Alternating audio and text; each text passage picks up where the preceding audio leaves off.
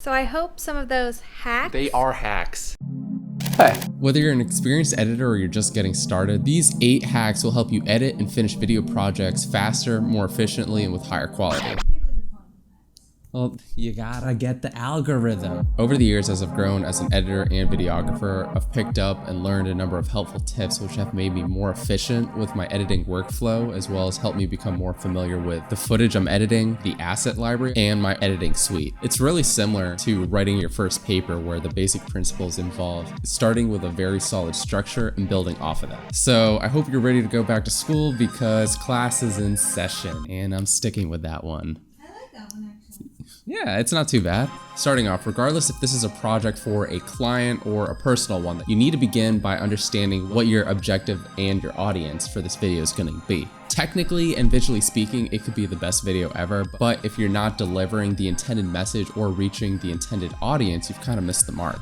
A corporate video, a travel cinematic, or a vlog are all going to have different approaches. The video's tone, call to action, and branding are some good things to think about. Once you've determined those things, you can start to outline and storyboard your video out. It's a lot like a puzzle where you're trying to figure out where do all these various video clips and assets go in. When you have an idea as to what you want your beginning, middle, and end to look like, it's a lot easier to put those pieces into place. You've essentially created a really solid backbone for your project, giving you direction to follow. With the example of this video, I'm working off of a script, which helps me stay on point and ensure that my message is thorough. For a lot of editors, myself included, the trickiest and lengthiest part is actually figuring out how to start the project. Especially when you have hundreds of clips and other assets that you're working with, it might be overwhelming to determine how you should start this project. Using a solid file and naming structure that's consistent throughout your projects and all your asset folders will help you easily find what you need. Applying this as well within the project itself, starting with the project name, as well as your sequence and nesting names, will help you avoid wasting time figuring out, okay, what clip is in here, what's in here. You don't have to go through the steps of finding where everything is because you already know. It becomes pretty obvious to the audience when the sequence is just a random jumbled amount of clips put together without much thought. While what works best is going to depend on the project itself, in general, you're going to want to have your clips and transitions have cohesion and meaning throughout. A lot of little things add up and go a long way when put together. Some easy ways to create this cohesion among clips include finding ones that have similar colors or locations, similar movements or pans,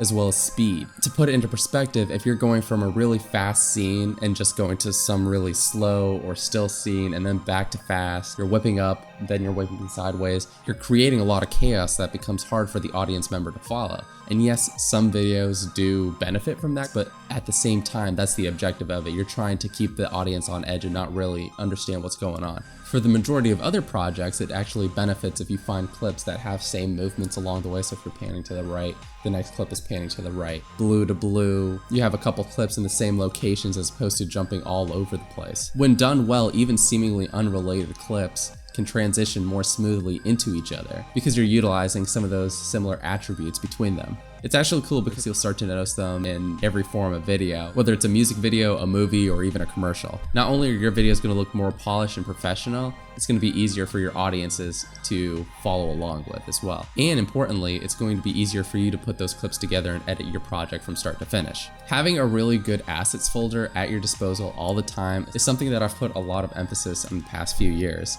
If you're not familiar, an assets folder is basically where you can keep a lot of your frequently used music clips, transitions, overlays, and anything else that you'd include in more than one project. Having it located centrally in an assets folder that's easily sortable, it makes it a lot easier than searching for it, downloading it, and then importing it into your project. Talking about familiarity, it really helps to become more familiar and comfortable within the editing suite that you're using. When I first started with Adobe Premiere Pro, it was pretty difficult and I was spending a lot of time just learning the basic steps. It was hard to finish a project and took far longer than obviously it would right now. As you become more familiar with the editing suite, you can easily focus on the actual project and edit itself, as opposed to figuring out how things work in the program. Creating these YouTube and other side projects that I do has been a real benefit to me because I'll do the initial grunt work of learning how to pick up this new skill, and then having done them enough times in those projects, I can then apply them to my professional work. And at that point, it's become a skill that I'm familiar with and I can do really quickly. So my suggestion would be follow a lot of tutorials, especially in your free time. Just try to pick up these skills as much as possible.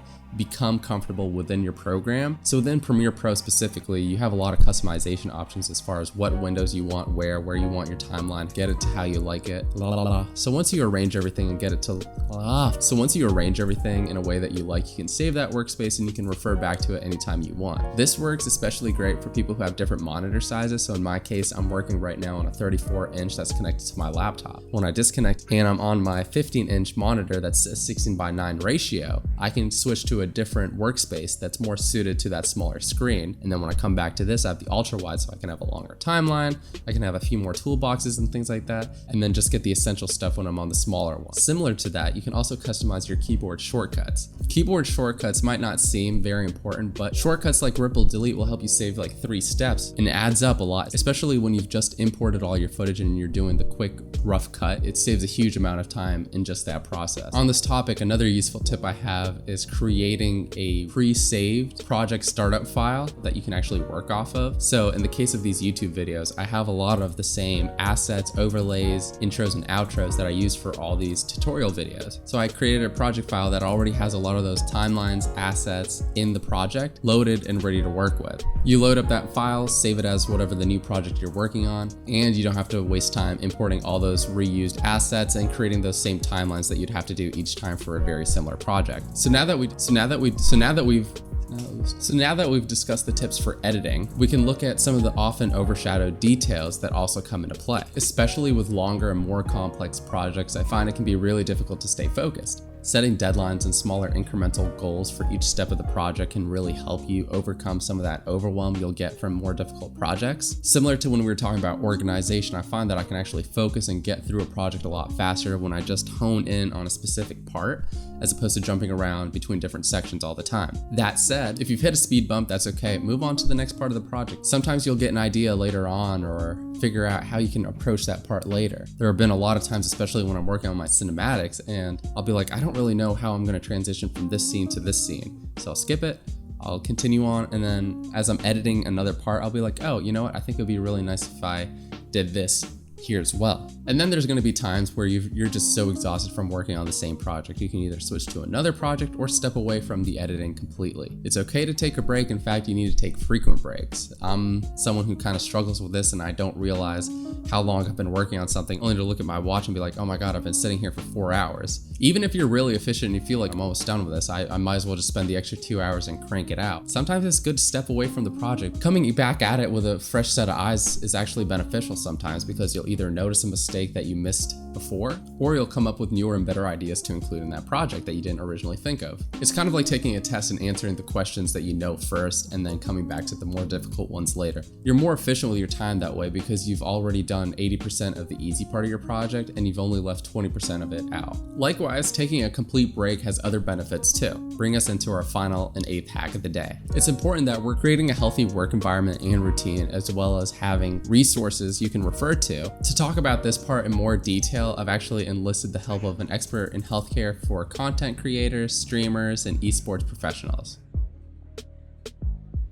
Hi everyone, I am Nerdy Nursey. I am a neuroscience registered nurse, and I know a lot about how to work with your brain and your body to help them help you be the best content creator that you can be. When I give presentations at conventions for gamers and streamers, I talk to them about how everything in your body is connected, from your mental health to your physical wellness to your nutrition. I think the best advice that I can give is to go at your own pace. Just like taking on too many projects at one time, nothing kills momentum faster than trying to make too many changes at once. The next thing I can tell you is to make sure you do 3 things before you sit down to edit or do any kind of marathon content creation. Make sure that you drink plenty of water. I know it's like a big cliche, but honestly, you'll notice a difference. And it really helps to have water with you wherever you are. If you're out filming, if you're here at the desk, make sure you have some with you to stay hydrated. The second thing, and I know a lot of content creators struggle with this,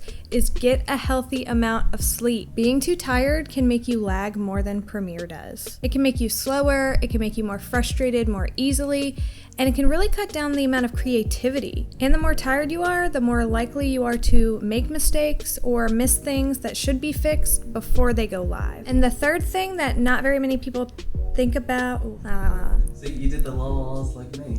It's also important to do small stretches before you sit down to edit, and also get up once an hour to stretch. Getting up and getting moving can reduce blood clots and improve blood flow to the brain, which can improve creativity, alertness, and help you make the best content that you can make. It's so important to listen to your body. You can find the link to my channel and those videos down below, as well as other related videos like carpal tunnel and wrist health that include those small stretches that you can do before you sit down to edit. So I hope that those hacks and my tips have helped you out, and you plan to take some on to become a better content creator or editor. I mean, that was good. That was short and simple. A lot better than I usually do. Well, I usually just go on and on, basically starting a whole new video. Now, it won't happen overnight, but I promise you, if you take one or two of these tips and introduce them into your day-to-day life, it will improve your content. Thank you again to Nerdy Nursey for joining us today and helping out with Helping us out. Help us out. Thank you again to Nerdy Nursey for joining us today and providing those awesome health tips. So like we said at the beginning, some of these hacks might seem small, but when put together, they can make a big difference. So what's one of those that you know you'll be adding to your kit? Comment down below and let us know how it works out. Thanks again for tuning in and subscribing. In the next video, we'll expand on file organization as well as some cloud storage solutions that give you awesome value. Stay tuned for that, and until the next one.